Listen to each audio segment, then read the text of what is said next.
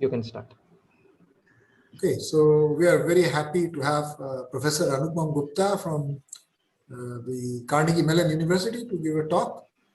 And I mean, Anupam needs no introduction. He works in really, really broad areas of theoretical computer science, more or less covering everything. Today he's going to talk about convex functions and chasing convex bodies. Over to you, Anupam. Cool. Thank you, Arthur, and thanks everybody for being here so early in the morning. So this talk is going to be about a line of work that I've been doing with some students of mine and some colleagues on chasing convex bodies. So I'll define the problem and I'll explain what we can do.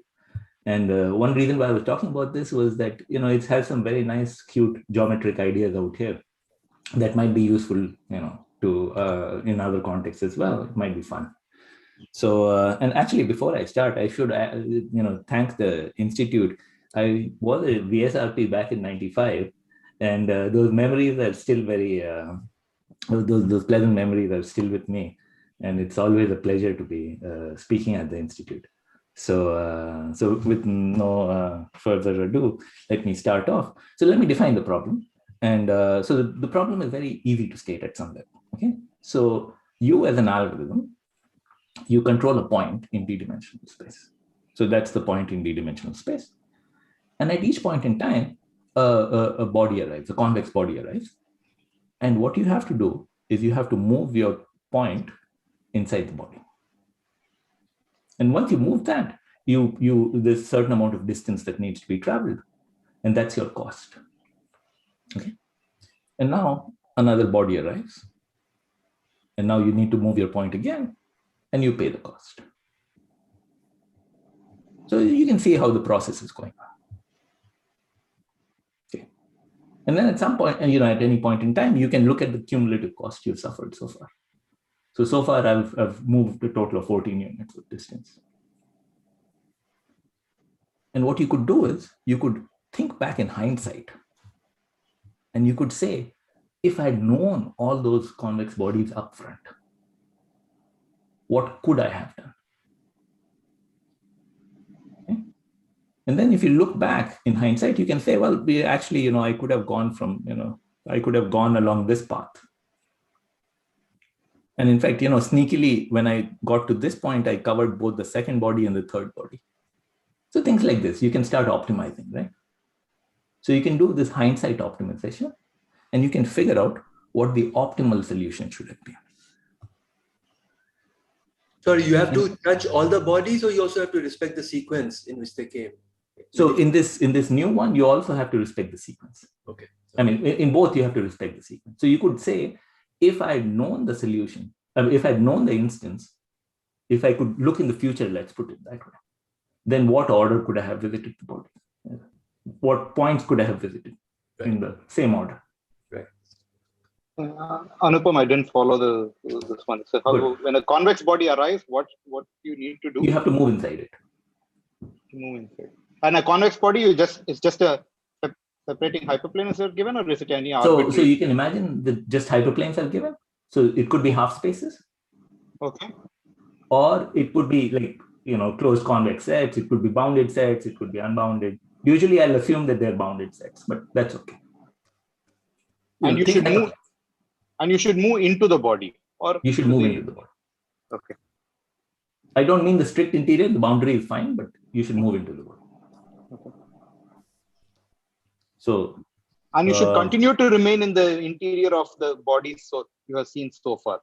No. So let me just go back. So when the first body arrived, I moved into it.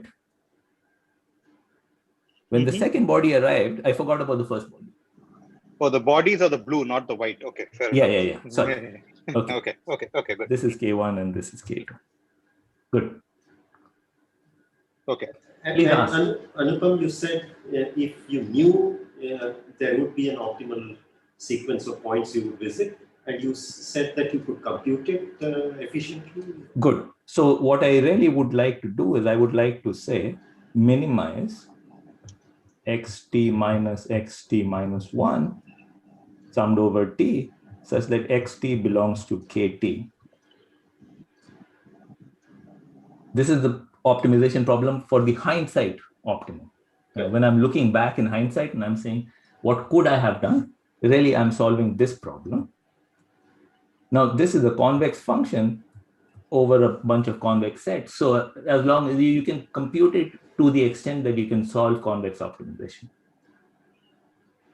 That is, you can get within epsilon of the solution in time, which is proportional to, the representation of the problem, epsilon, and other such things.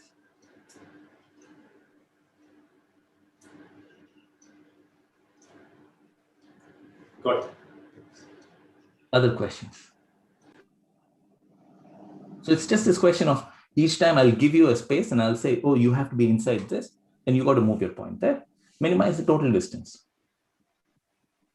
And how are you evaluated? You're evaluated versus what's the least you could have done had you been even clear for it. Had you been able to see the future.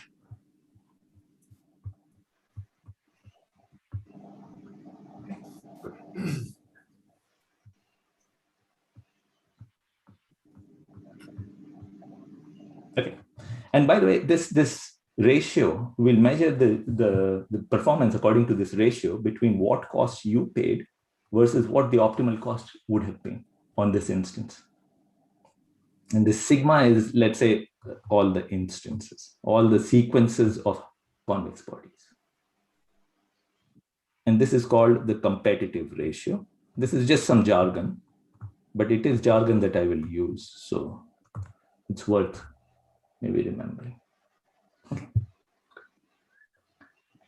So this problem was, maybe one more version of the problem that I'll use sometimes. And this goes back to Prahlad's question. It's a nested version. So the first body arrives, you move into it. Remember, the bodies are in blue. Then the second body arrives. The second body must be contained within the first body. So it's just nested, that's all. The convex bodies are within each other, that's all. Okay. Now notice, by the way, that in this case, the problem is particularly easy to, the answer is particularly easy to compute. It's just the projection, the orthogonal projection, if you will, of the original point onto the final body. Okay. Optimum is that you paid something, and it's the ratio. It's a special case, but it'll be an important special case for us. Okay, good. And of course, the bodies are not known a priori, as Ramprasad clarified. So, really the question is, you're fighting against uncertainty about the future. So you want to move to points where it will be easier to move to, points in the future. Good. Good. Okay. So one thing you might say is, why do we care about this problem? Well, we care about this problem for several reasons. I won't give you all the reasons. It's a generalization of various other problems in online algorithms. In this process of in this set of algorithms where we are trying to do well against an unknown future. So if you've heard about paging and caching in online algorithms, then this is a vast generalization of it. But frankly, for me, it seemed like a very sort of interesting question, very simple but interesting question in convex geometry, and in this sort of algorithms in the presence of uncertainty. So I was just intrigued, frankly, by its beauty. It's this very simple question: what would you do? What's a good algorithm? And I'll show you some examples where maybe it will become clear why this is somewhat non-trivial problem. Sorry, Anupam, you can make the problem slightly uglier by saying that in optimal setting, you look so far ahead, 10 steps ahead, and you're comparing yourself to that. So if parameterized by that, does that also work out, or? Good. So what you can do is you can either give the adversary. So the adversary has complete power in some sense. So the adversary can compute the solution looking at the entire sequence. you can give yourself a little more power as well. You can say, well, I can look at the next body as well, and then maybe give myself a little more. That doesn't usually help, because what I can do is I can just kind of jitter my, I can give you 10 dummy steps between every real instance. So it just kind of makes it boring that way. Good. Okay. And in general, one reason to look at this is really it's like a version of online convex optimization. Okay. And those of you who've seen some online convex optimization, usually what happens is at each point in time, a convex function ft arrives. You produce a point xt, and you are evaluated on this cost. Okay. What we are saying is, more or less, you are doing a similar kind of thing, but you're also paying a cost for movement. You can think of our problem as essentially being this problem. That at every point in time, a convex function arrives. You are a data center manager. You are told how many computers you should have on at this point in time to achieve what cost of operation. But changing decisions is costly for you as well. And this is a motivation that maybe I should point you to papers. I forgot to. So Adam Wehrman et al. At Caltech have a sequence of works where they call this problem smooth convex optimization. And our techniques extend to this problem as well. I'm not going to give you the details because there's only so much time. So, Anupam, for the special case of your problem, these FTs are infinity outside the body? Exactly. So this problem is more general. This convex problem that I mentioned is slightly more general, is more general than ours, because FT would be infinity outside the bodies and 0 inside. So you would have to move inside the body. At the face of it, it seems like this is much more general. You can see that there's a cute little reduction that shows you how to solve this problem using my convex body chasing as well. We'll do this later on if you don't mind, Jacob. Sure. So these are essentially what I want to get. But right now, let's just keep it simple. Let's just talk about convex body chasing. So the problem is clear, right? Any questions, please ask. Okay. So this problem was introduced by Friedman and Linial in 93. And, very nice paper. And, I'm not going to go through it. But essentially what they gave was an algorithm for chasing lines. So at every point in time, a line appears and you have to be on this line. And then another line appears and you have to be on this line, not half spaces, just lines. Okay. And then they extended this to the case of half spaces in the plane. So they solved the two-dimensional problem. And it's a non-trivial problem. It's a non-trivial solution. Okay. They also showed that in d dimensions, there's a lower bound of square root d. And I find this one kind of compelling, this lower bound. So let me tell you the lower bound. Okay. So I'm going to show you a square root d lower bound.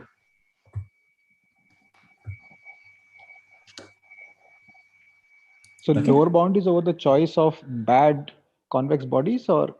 Exactly. So I can show you that there exists a choice of convex bodies for which you will pay square root d times the optimum.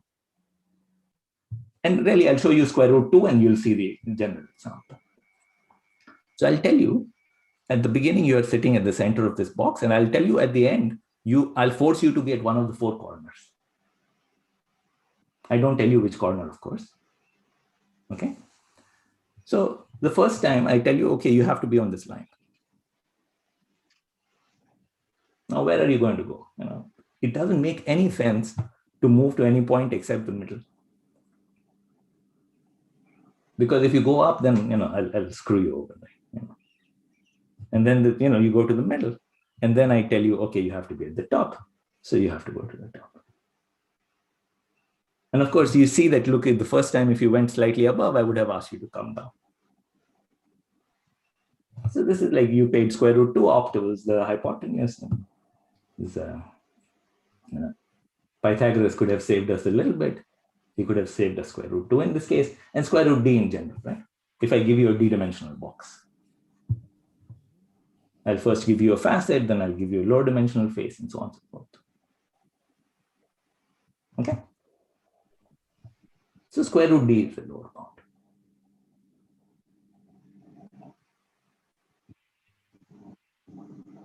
And the question that they left open was, can you match the square root d? Okay, so this is the question that we'll look at. Good. Actually, so maybe I'll go back also to observation of Prahlad's. What they showed was that it's enough to consider chasing half spaces. And this is not surprising. Any of us who've thought about this kind of stuff, you'll see this immediately. That if I gave you a box, then instead, if you could chase half spaces, then I could just give you a sequence of half spaces. As long as you were not inside the box, there exists a half space which separates this point from the convex body. This is just the hyperplane separation theorem, or the Hahn-Banach theorem, if you will. So you would move inside the half space, then I could give you another half space, and I could do this process until you got inside the box. So really, chasing half spaces is like complete in some sense for this problem. If you can chase half spaces, you can chase any convex point. Sorry, what does chaseable actually mean? Like, are we saying something about the commutative ratio here? Or? So one thing that's happening is chaseable just means it is f of d, where remember d is a dimension, and f is, sorry, maybe I shouldn't use f. So it's some function of d.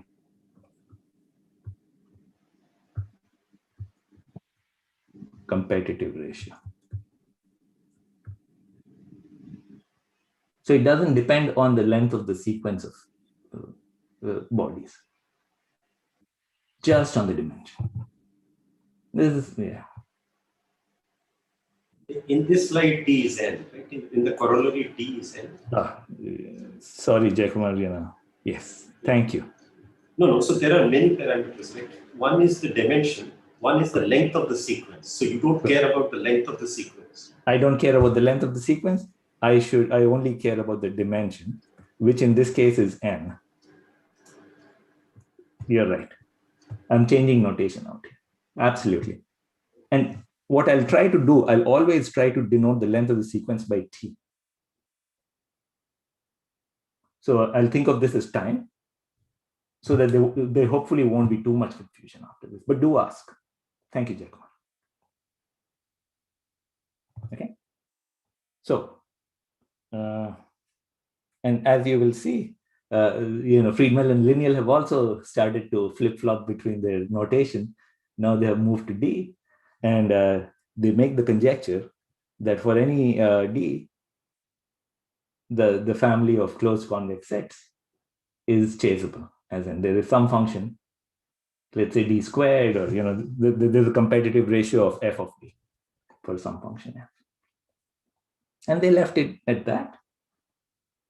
And then, for quite some time, nothing really happened. And then, as very often happens, right, the problem needed some time to kind of marinate. And then earlier in the previous decade, people started to look at special cases. They started to make improvements. Then the nested version of the body, the problem was solved. Then the general version of the problem was solved. And this happened like in quick succession. And really the point is that the algorithms are clean in general. And there's some cute ideas there, which not all of us might have seen.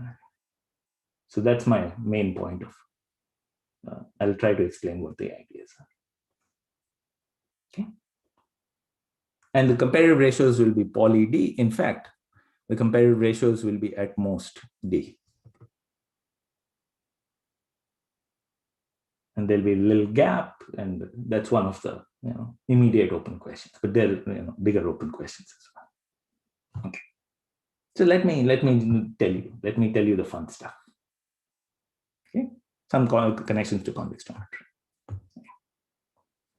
So the rest of the talk, I'll essentially prove this, modulo some details that I'll leave that are best done in the privacy of our offices. And then time permits, actually time won't permit, so let me not even go there. Okay.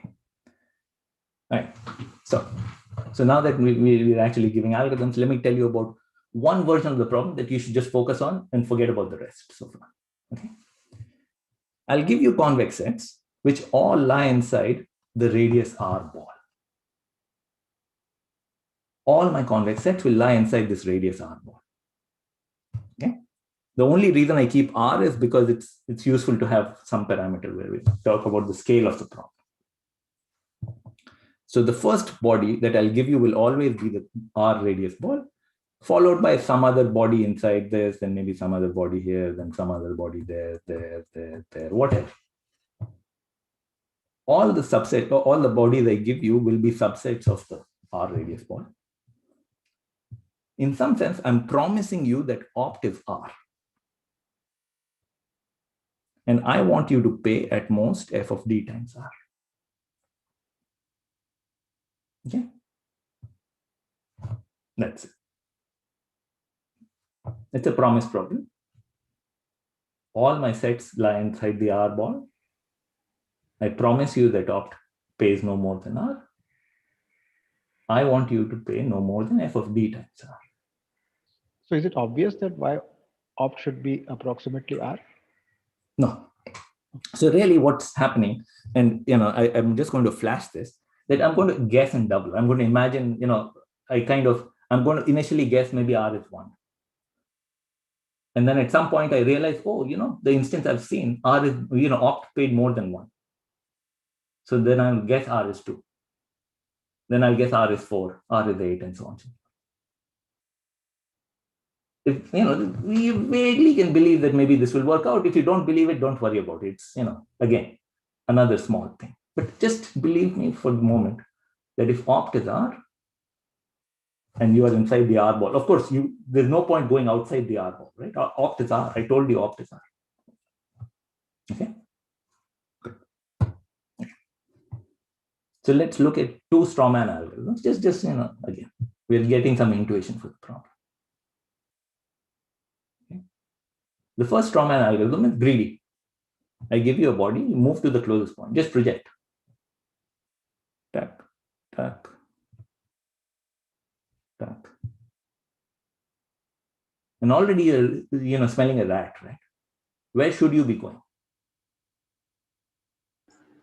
You should be going to the center of the center, yeah. But I'm taking you on this long route in this spiral. That's a bad idea. So greedy, not so good. Basically, this tells you have to look at like the structure of the problem a little more.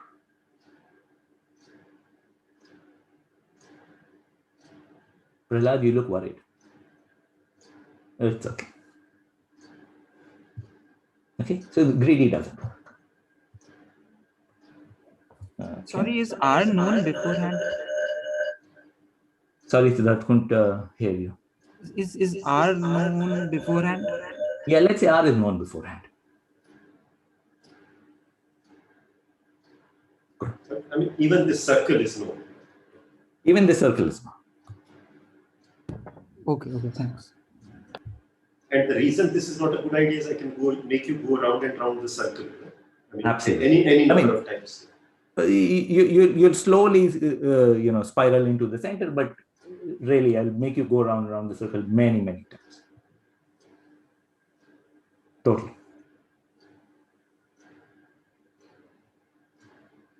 Okay, good. So this was strawman. What's troubling? So this is not just a plane you're talking. You can be actually, it's not just in a plane. It's a ball in d dimensions that you're right. But even on the plane, you are dead with the grid. Yeah. Okay. Okay. Strawman number 2. Now I'll use some convex geometry. You'll say, look, all this convex geometry, you're not using it all. So let's use some convex geometry. And I'm going to use this very, very nice theorem due to Grunbaum, which several of you might have seen before. If you haven't, this is a very sort of nice theorem. So this is known as Grunbaum's inequality. Grunbaum is the same guy who wrote the convex polytopes, yellow book, the Springer book. It's like the Bible in the area, right? Okay. He says, for any convex body, compute its centroid, its center of mass, center of gravity, barycenter, all the same name, many names for the same idea. Okay. Take any hyperplane that passes through this. Throw away all the, suppose we throw away this stuff. The remaining volume is at most 1 minus 1 over E of the original volume. And 1 minus 1 over E is just icing on the cake. I always think of it as you throw away half the volume, give or take. What are constants between friends?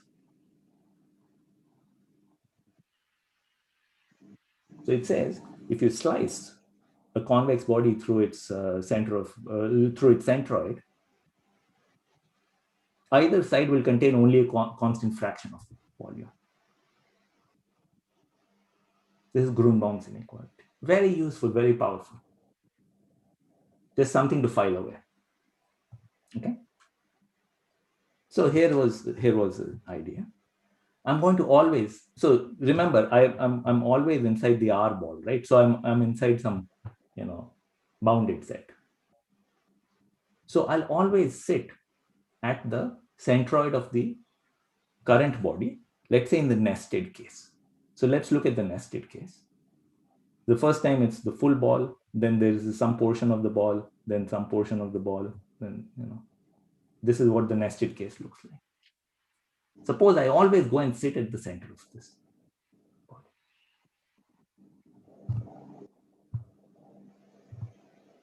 If this is the part that I want to stay in, I will move to the center, the centroid, center of mass.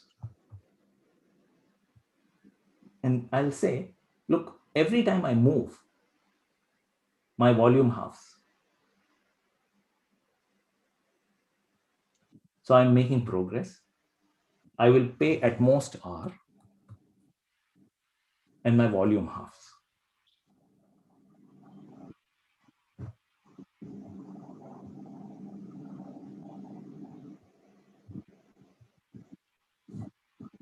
Each time I paid at most R and my volume halved. This looks great, right? I'm making a lot of progress. My volume is halving every time that I move. Is this good?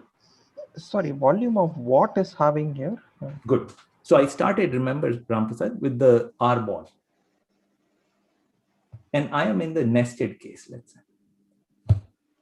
So my convex sets are always within each other. So I started off with the R ball. Let's say it had volume 1, just for, So the next time when I move, since I was at the centroid, when I moved,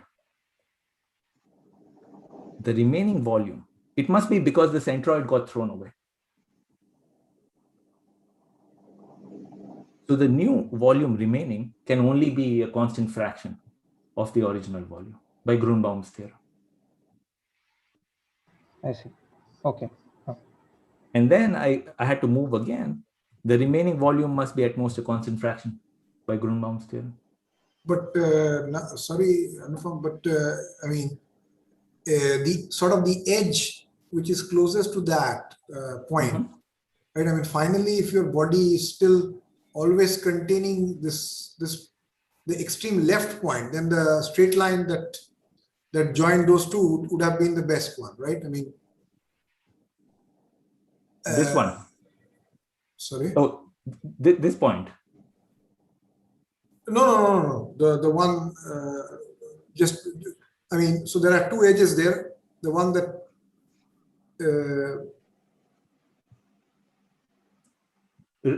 red go down diagram or that edge. blue diagram? No. Are you talking about the one below? The one below. Sorry, how do I point it out? I mean, so I mean, currently the body that you have, it's shaded in dark blue. Yeah, that point. Yeah. Good. So, just remember, all I need to do is I need to make sure that I am paying some f of d times r. That's all. Oh, okay. Just compare yourself to r. Don't worry about opt anymore. So I start with an r ball, and I need to pay at most f of d times r.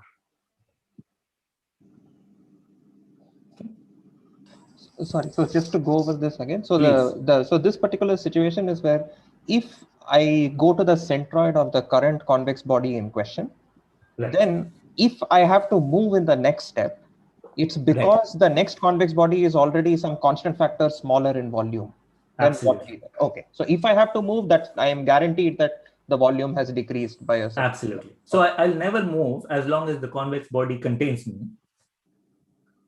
And whenever I move to the centroid of the next convex body.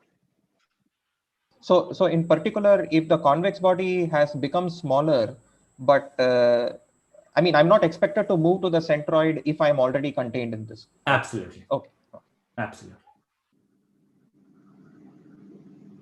So the advantage of this is every time I move, I pay at most r. I move only when the volume drops by a constant factor. This sounds like we should be winning. How many times can the volume drop by a constant factor? Well, see, the problem is the volume can drop by a constant factor as many times as we want, right? Mm-hmm. Okay, the volume is dropping, but the volume could drop in nice ways or the volume could drop in crappy ways. Sorry, Anupam, going back to Ram Prasad's question. If you didn't move, then you didn't have the invariant that you are sitting at the center. Yeah, so you can deal with that somehow. Let's not worry about that. If I'm inside the body, then we won't worry about the invariant. It's only when I move outside the body will I move to the centroid of the next body.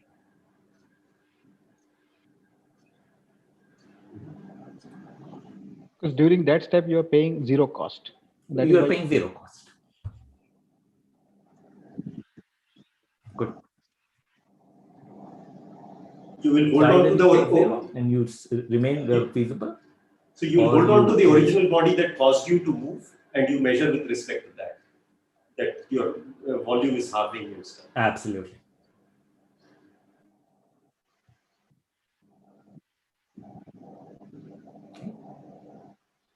And so the problem that you're wondering, why is volume halving a good idea? Well, indeed, it's it's a problem, right? Because here is the way in which I'll show you that the volume halves many times, and you'll keep on paying about r every time. So here is an example. You start off with this box, which is my substitute for a ball, easier to draw. I'll make you move. You'll move to the centroid. And this thing has constant slope. So you're going to move pretty much, halfway to the right, whatever, constant fraction to the right. I'll straighten it out. You'll move back to the center.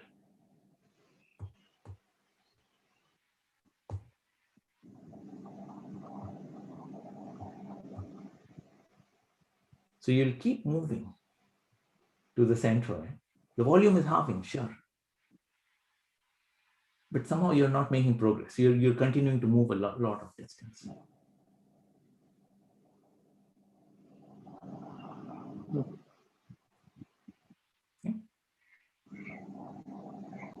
So this is not clear that every time you pay a cost of R, and Right. if every time the volume is halving, Right. shouldn't, when the original volume was say 1 or whatever scale you want, Right. and you're decreasing down exponentially, eventually it will be very small. So you Right. should look like log n times R if n was the original volume, some sort. Right. So the thing is that there's no lower bound on the volume, right? If you give me a chapati, I can give you half the chapati back. Yeah, but once you become small enough, can you not approximate it somehow that once it becomes smaller than epsilon? No, but So you're one step ahead. there's still one dimension left, right? I mean, you can just. Yeah. So let me go to the next slide. So you're saying, look, if the body becomes like a pancake, then I should be winning somewhere, right? There's one dimension, Okay. So here is an idea, and here is the idea that was useful. So let me give you some, intuition for this. Is one algorithm that came out of this line. Suppose I started with a ball, and either I reduced the volume like in all directions, and it became a smaller and smaller ball. Then things are easier. But the bad case would be that the volume keeps halving because I keep slicing it down. So after some time, I look like a pancake. But a pancake has one thin dimension. I'm going to just do dimension reduction in some sense. I'm going to ignore that dimension. And I'm going to start working on the lower dimensional body. Okay. So fat dimensions are those which have substantial width. And there are thin dimensions and fat dimensions. So the pancake here has, one thin dimension, two fat dimensions, and so on and so forth. And the point I want to make is, I'm going to project out the thin dimensions. Because remember, the thickness of the body along the thin dimensions is so small that the total movement you will do along those thin dimensions are inconsequential. I'm cheating. I mean, I'm waving my hands madly, but we can do this on the board at some point. But that's the main idea. You can project out that thin dimension. So do log n, keep doing this. Either you get the thin dimension, so you made progress. And there are only sort of d dimensions. So after log d steps, your dimensions can be one dimension will be very thin. You project it out and you keep on going. There's d dimensions, log d per thinning, d log d. Okay. And this is the main idea of one algorithm for the nested case. And perhaps the thing to keep in mind is Grunbaum gives you this advantage that you can reduce the volume. There is no lower bound on the volume, but when the volume is very small, there must be a thin dimension. Okay. So how does so this algorithm, which I've given to you at a very high level. So how does the algorithm eventually terminate once you've figured out this lower dimension space? So suppose all directions are thin. Then you are lying inside, let's say, a half ball. Or let's say a ball of radius r/2, or maybe r/ poly d or something like this. Then you just recurse on this thing. Remember, you had an algorithm which paid d times, f of d times r. Now it's r/2, so there's a geometric sum that will come out.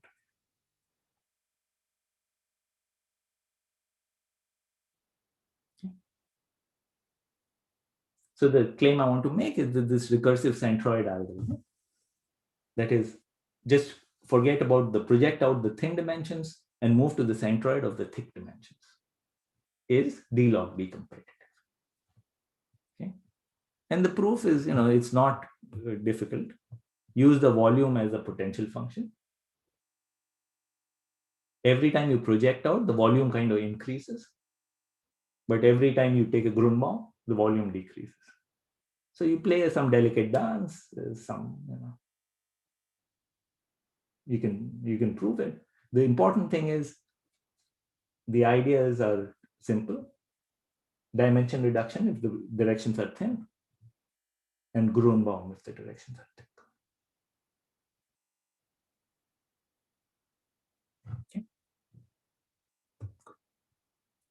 And there is some extension of this. If you use not the standard notion of volume, but you use the Gaussian volume, you can get an improvement. You're kind of conforming to the geometry of the problem, whatever. Let me not go into that.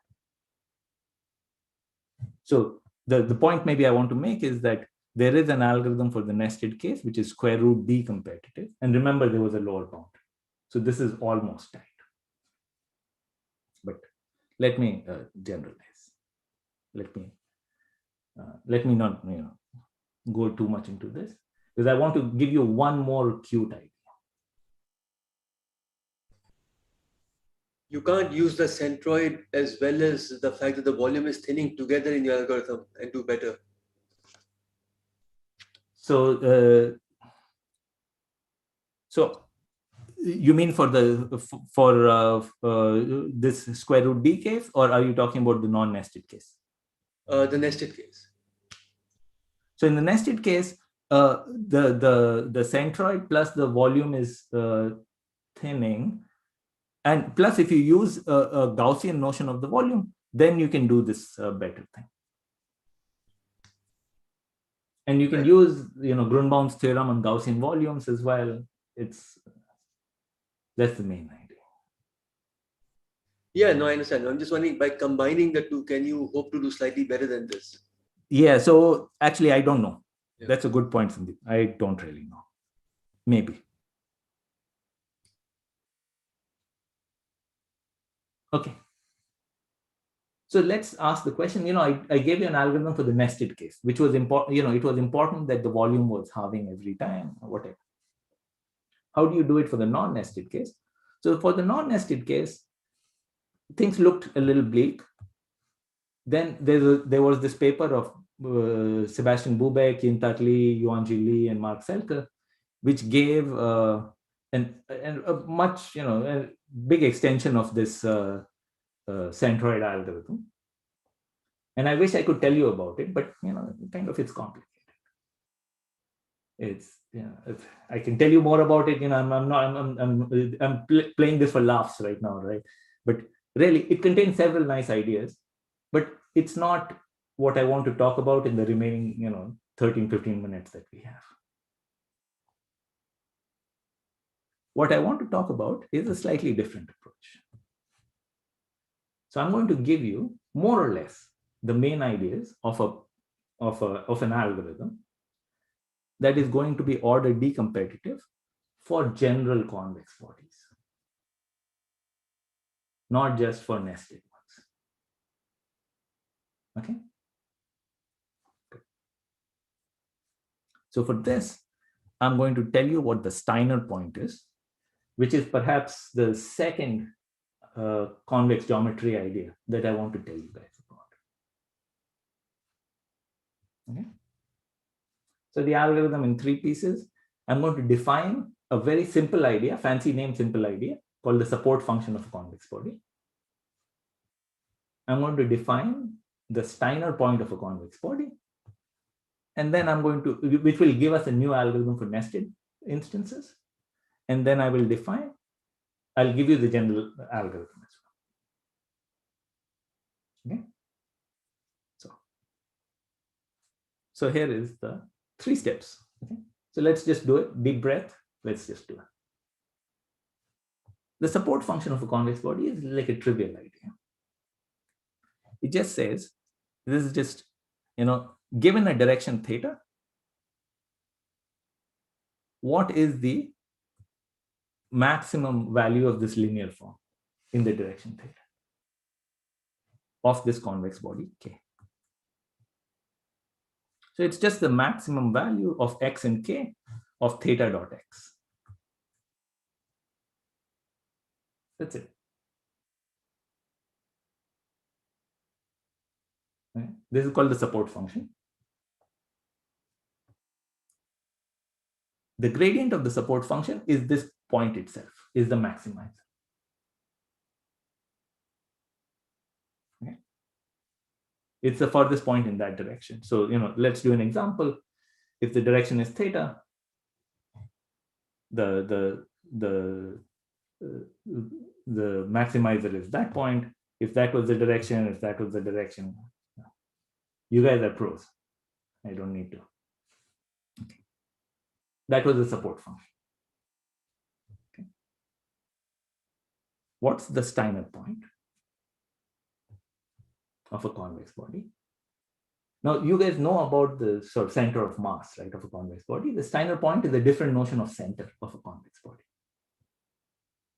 And apparently, functional analysts have been looking at this thing for quite some time. I didn't know about it until this line of work, so I want to share my knowledge with you. So the Steiner point was given by Steiner in in the year 1840 or something like this. And the main idea is this. Okay. It says, take the extreme points in all directions. Basically, pick a random direction and look at the extreme point in that direction and average it out. Okay. So if I wanted to write it, I would say it's the expectation over some direction theta of the extreme point in that direction.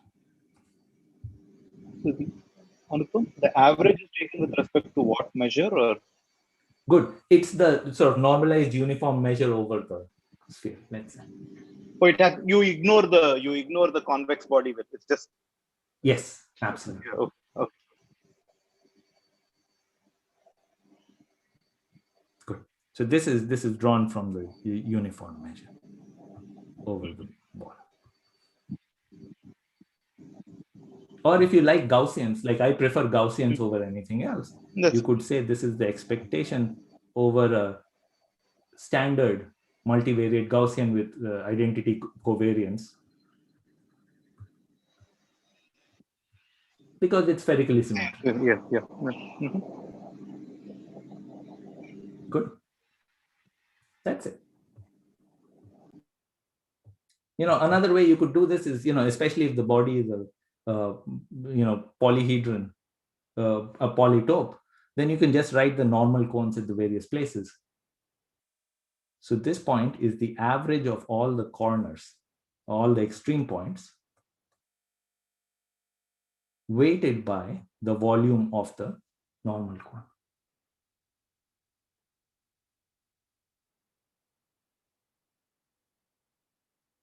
And it's an object I wouldn't have seen before. But now that I see it, it's like a very natural object.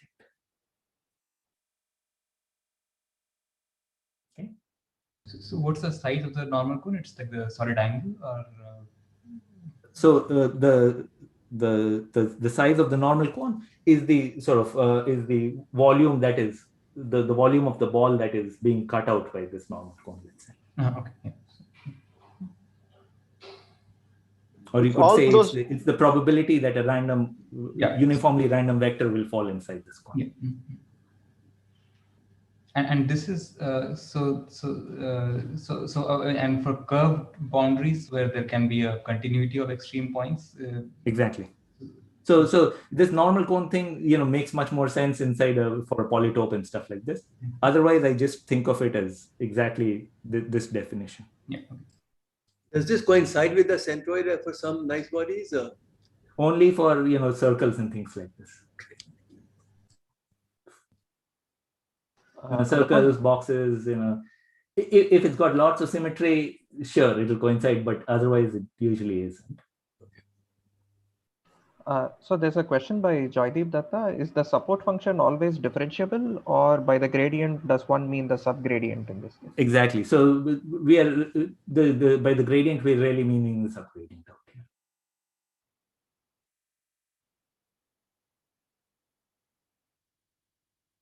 Other questions? So this Steiner point, by the way, has all kinds of sort of nice properties. And we could talk more about this after I'm done. But sort of people have been studying this because of various nice properties. It's a very stable notion of center. And let me illustrate that. Okay, so here is I was going to go into the details of some let me not go into these details. Is going to do some. Let me tell you the algorithm. I'm actually very happy that you guys are asking questions, because hopefully, then I'm not losing you. There's some details, you can have a look there. There's some cute little stuff going on. Here is the thing. You know what the Steiner point is now. Let me tell you an algorithm. Anupam, just to get a handle on the Steiner point, I follow the definition. But what is can you give some nice one or some nice property of this? Let me show you an example where maybe the Steiner point will become where its use will become clearer. Okay. So let me tell you an algorithm for the nested case. Another algorithm for the nested case. I remember I told you this, dimension reduction type idea. Forget that. Let's do the nested case one more time. Okay. Remember, nested case, we start off with the R ball. Each body is contained within the previous body. So the second body is contained within the first one contained within the 0th one, and so on. Okay. Now, the algorithm is going to be move to the Steiner point. And Jacomar, this time, I will move to the Steiner point even if I am inside the body. So this is an invariant this time. Click. Every time, move to the Steiner point of the current body. So I'm just trying to, probably building on Prahlad's question also to get a better sense of things. Can we say something along the lines of, if there is a convex body K1 which is contained in K2, and let's say K1 is a substantial volume of K2, can I say something about the Steiner point can't be too far apart? Is that the... Okay. So I don't know of a thing which relates the volumes. Here is something I can tell you, that the Steiner point of K1 minus the Steiner point of K2, how far are they? They are at most some square root d times. It's not going to be useful for the rest of the thing, but I want you to have some intuition. The Hausdorff distance between K1 and K2, and I'll remind you, I myself never remember what the Hausdorff distance is. So if K1 and K2 are two bodies like this, then you look at the maximum minimum distance, like how far can a point in K1 be from K2 and how far can K2 be from K1? That's the Hausdorff distance. So this kind of statements are known for the Steiner point. They don't seem to be immediately relevant for us, but at least they give us some handle. It's a little stable.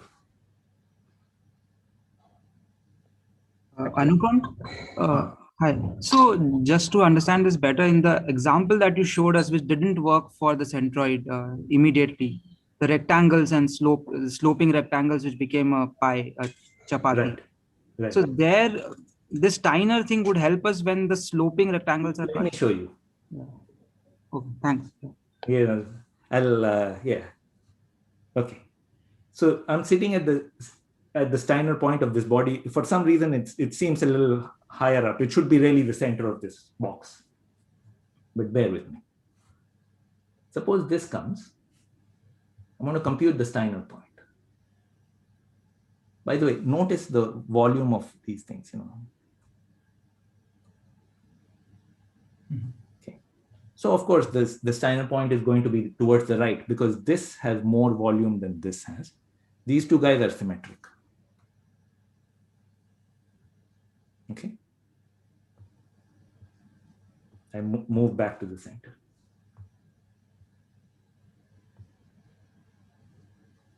Now note that this and this, the difference is less. And it's just because the normal cones are getting more and more balanced as the thing becomes thinner and thinner. Just the angle of this line can't be very high.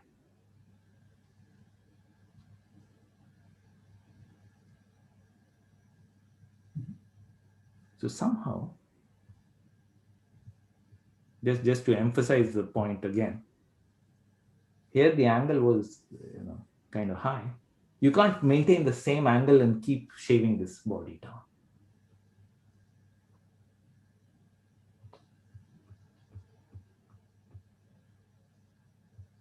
So now your movement in this direction will be much less.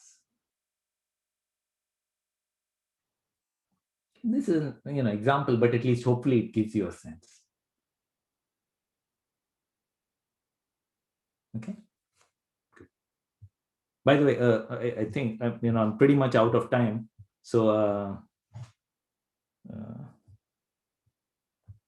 sorry, guys. You certainly have another 5 minutes of time. Okay. If I can get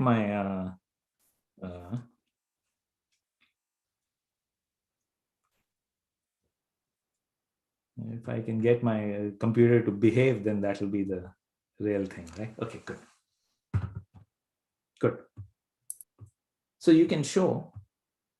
So it's really, I think of this like a smoother version of recursive centroid.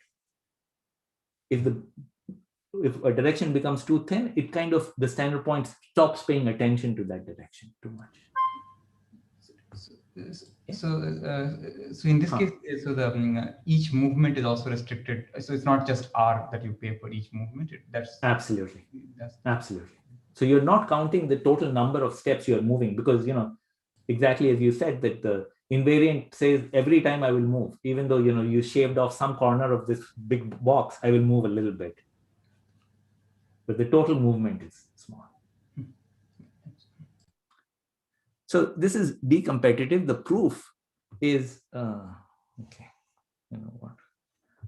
This is not really working. Yeah. So the proof is nice. It's like 6 lines. You use the convexity of the norms. You use you exchange sums. You use the convexity. I don't know. I can show it to you, but it's not a important thing. Let me show you the final piece, and then I'll stop. So for general convex bodies, you shouldn't move to the Steiner point, right? Because suppose I gave you 2 boxes like this. And I'll give you the first box, second box, third box, fourth box. I'll just alternate between these 2 boxes. You will keep moving between the Steiner points. That's like a really bad algorithm. You should be in there. So the Steiner point you should use with caution, only when things are nested. Okay. So what should you do? So remember, I want to solve the same kind of problem, but now my bodies are not nested. They could be moving all over the place. So 3 slides. Here is what I will do. I'll define an auxiliary body. And I'm saying, let me figure out where can opt be. Remember, opt has paid at most R, right? So given this set of convex, given K1, let's say, and if I started from 0, where are all the places that opt could have been by paying at most R? I don't know where opt is. So let me just define this. This is my uncertainty set in some sense. Okay, this I'll define to be omega. So I didn't understand what you mean by opt. Opt is a sequence of points, right? Good. So this is the tth component of opt. Good. So here is exactly. So at time t, you've seen K1, K2 up to KT. So let x, so let omega sub t be all those points x, which you can reach by, xt minus x. Oh, sorry, let me call this capital T. Capital T.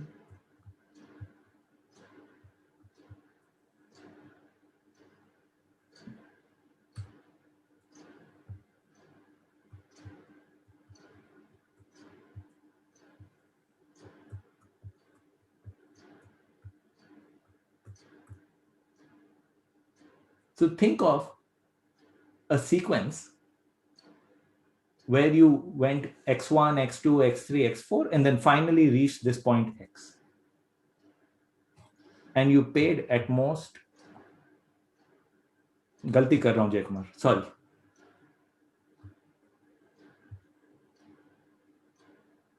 How many sequences, how many points are there which you can reach after having visited some x1, some x2, some x3, some x4, and so on and so forth, and then finally landed up at x, paying at most r, such that each xt is feasible.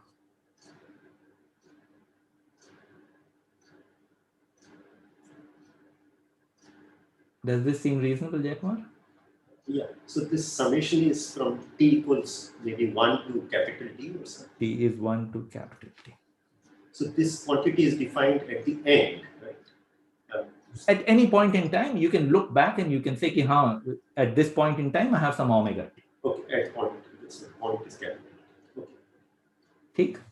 So at each point in time, I know what's the like omega t for the sequence until now. This is my uncertainty set, I will say. The optimum solution must be sitting somewhere out here. I don't know where. So let me do the following. Let me observe that this omega t is convex. And it's some picture like this, If you can reach x and you can reach y, then you can reach their average. Being feasible at every point in time. It's nested. Of course, it's nested. Each time you are asking for more. So let me always move to the center of this uncertainty set, to the Steiner point of this uncertainty set.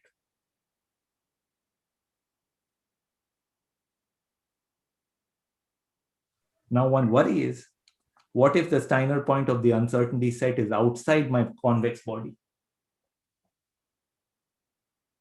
I'm inside the uncertainty set, but am I inside the convex body? And my answer is yes. And this is a lemma that I'll prove. And in fact, I'll try to prove without words. Because, it's already, I'm way over time. So here is my here is my current convex set, KT. I want it to be inside KT.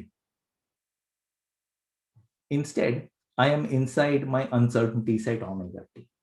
I'm inside, I'm at the centroid of, not the centroid, the Steiner point of this thing. I want to show you that the Steiner point of omega t is actually inside KT.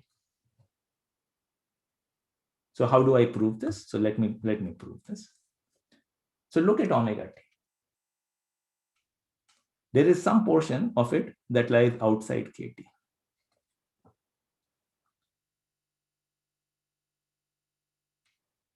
Omega t was all the x's which you can reach by paying at most r. Okay. Take this point x and reflect it along this KT. I'm imagining KT is half space. Call this x prime. I reach this by paying at most r, right? So I can reach that by paying at most r as well. So omega t contains this reflection. If I could reach here, I could reach there. And now I will, I'll just say, by any self-respecting notion of center, if it has more volume on this side, or at least as much volume on this side, the center must be on that side. And I'm cheating, right? I'm not giving you anything, but we can prove this thing. And that's the main idea. So this says the Steiner point of this uncertainty set actually lies inside the last body we have seen. So my point is feasible. Sorry, can you explain the third point other than x prime, x and x prime? So there was, you reached x prime along the dotted path with arrows. So I reached x because I got to some feasible point and then I got to x. The hyperplane needn't have passed through the feasible point, but you're going to assume. The hyperplane, it should pass through some feasible point, let's say. I mean, it could be the case that I must have reached at least one point on the hyperplane. Yeah. Maybe the best way to reach x was actually reach there, then go in and come out or something. I don't know. It actually doesn't make sense to do this.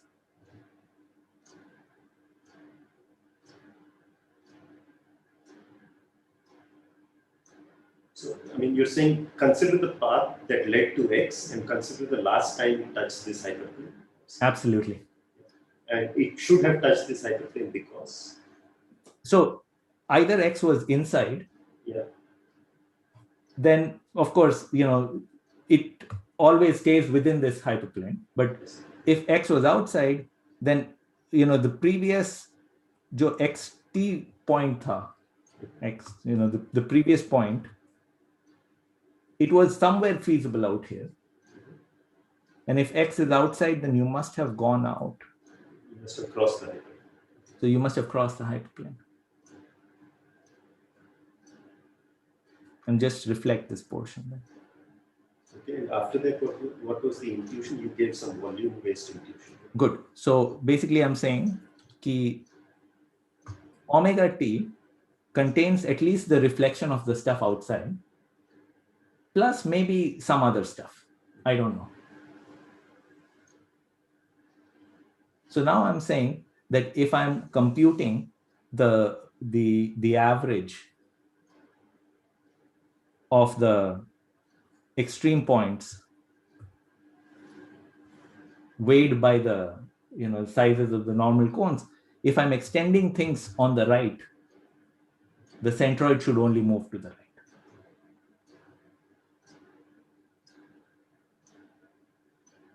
This needs the proof, but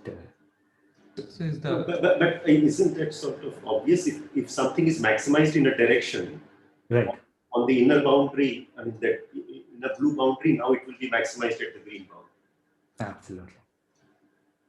Bilkul. Anupam, this Steiner point, is it an optimal solution to some convex programming problem for any convex body? So, good. So you can write it as a optimal solution to a convex problem. Let me tell you. Here's another way of writing the Steiner point. The Steiner point is take your convex body K, take its Minkowski sum with a ball of radius delta, let's say. Actually, delta is always, ball of radius r, let's say. So, given this, you're basically putting balls of radius r everywhere. So you're just inflating this thing and take the center of mass of this thing. So take the centroid of this guy and let r go to infinity.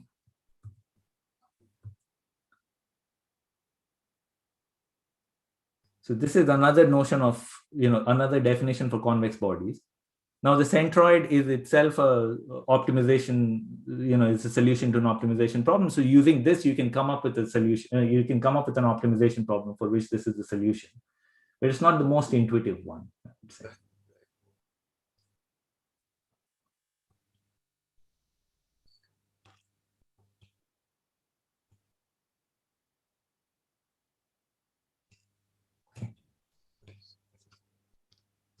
So that was pretty much, all I was going to say. There's some extra stuff in the slides. You can have a look at it, catch me later on. Maybe I'll mention a couple of open problems. There's probably some especially if there's sort of grad students out there, there's some sort of natural questions. All I can show is the D-competitive algorithm for general convex bodies. The lower bound remains square root D. I don't know how to solve this problem. So this is close the gap for general bodies. Really, the question I want to ask is, if I gave you a special, some nice class of convex bodies. So here is one that I'm particularly interested in. I'll give you a base body. I'll call this K hat. And every time I'll give you one facet of this. And I'll say, move to this facet. And then I'll give you another facet of this. I'll say, move to this facet. So there's a fixed body. And I keep making you shuttle between facets of this convex body. Can you do much better? And I'm really interested in now in, this is a body of bounded complexity. There's only, so many facets, F facets. But T is going to infinity. So the whole set is known ahead of time. It's only which facet shows up, that sequence is some permutation. Absolutely. Which is hidden. Absolutely. So the whole body is given upfront, but you don't know which facet is going to come next. This captures paging, K-server, this, that, and the other. All these sort of applications just come under this one. And I don't know how to solve it. So, much better. I can do this with D competitive, but D might be very high for my applications. I mean, doesn't the lower bound example you gave hold for this also to show square root T? Exactly. So think of like T, the number of steps is going off to be much, much larger than the dimension. But in the case of square root D, the lower bound, you are first producing a facet, then a facet of the facet. So at least in the box example, first you would move to one of the faces, and then you would move to one of the lines of that, and then to one of the points of that line. Exactly. Yeah. So, but that is not. So, I mean, we could probably consider another example where you are allowed to only move into small, faces of lower and lower dimension. I see. No, but in this problem, the special case that I'm asking, you are only, no lower dimension, these are facets. These are D-1 dimensional. D-1 dimensional faces. Absolutely.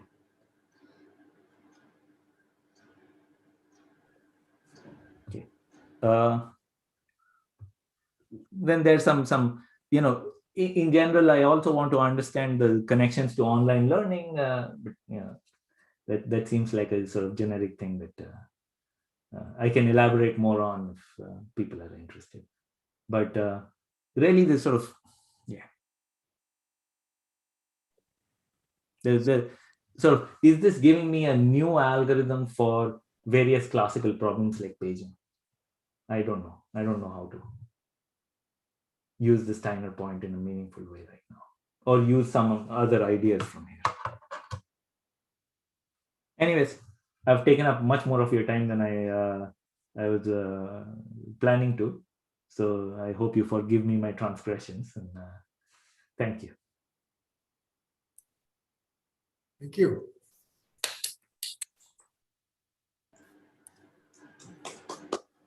Questions? Yeah, so I wanted to ask something. So does randomness help in this setup, or like if I could move to a random point? Good. So as far as I can see, randomness doesn't really help, because if you could give me a randomized algorithm, because of the convexity of the problem, I could look at the distribution of your point, and I could move to the kind of the average of that point. Okay. And the convexity of the norms really means that this deterministic algorithm will be no worse than your original randomized algorithm's expected cost. Okay. I have one question. So you briefly remarked about the smooth online convex optimization and the connection to this particular problem. So as far as if I remember correctly, as long as each of these functions are m smoothly convex or m strongly convex rather, there is an algorithm which has a bounded competitive ratio and something like 3 + 1 by m, if I'm not wrong. So if these two are connected, what does it translate to these special convex bodies in the problem you considered? Good. So what happens is, for most of these sort of special convex bodies, the convex function we are considering is not smooth, because we are going off to it's zero somewhere and infinity outside. So as far as we could see, those results for smooth convex functions don't really give us anything for these special convex bodies. One thing that you could look at is, okay, let me just stop there and then, So one more question. So for the centroid can be computed approximately by sampling, but is there something similar for the Steiner point? Good. So one thing you can do, Piyush, is that you can, this thing that I mentioned, that you can take the Minkowski sum of your body K with a large enough ball, and then use the centroid approximation for that. This can allow you also to get an approximation for the Steiner point. It's somewhat sloppier, but it does the job. So I was wondering, so the two different questions here, right? One is the nested convex body question, and the one where you don't have a nested thing.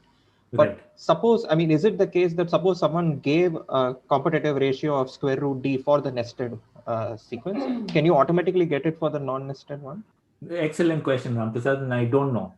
So the answer is no, that there are examples where the solution to the nested, the solution on omega t will be outside kt. So you might say, oh, we'll project down onto kt. How far can it be? So you can cook up weirdo algorithm for the nested case, where this projecting down is too expensive. So you would have to do it on a per algorithm basis. I don't know of a generic reduction. Anupam, going back to Piyush's question, could we just take suppose it was some sort of a polytope described by a few hyperplanes or something. Right. Could we just take a random direction and see which point optimizes the objective function in that direction, like the support function, and then just take the average? Good. So again, if you that will give you another sampling based algorithm for the Steiner point, and it performs approximately the same, as well or as badly as using this like centroid approximation. Just there's some variance calculation that comes up, pretty much it's the same in both cases, I think.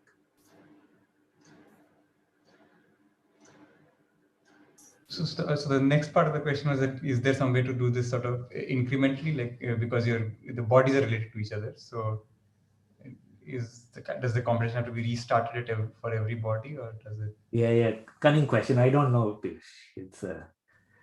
It would be very nice to do it nicely.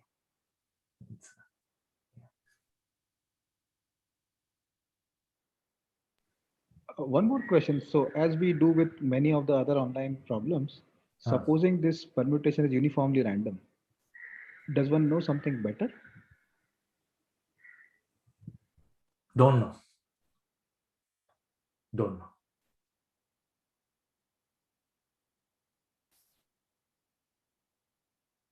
Yeah.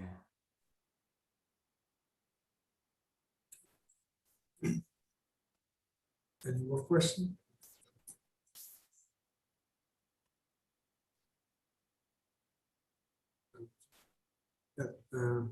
Thanks, Anupam. That was a really great talk.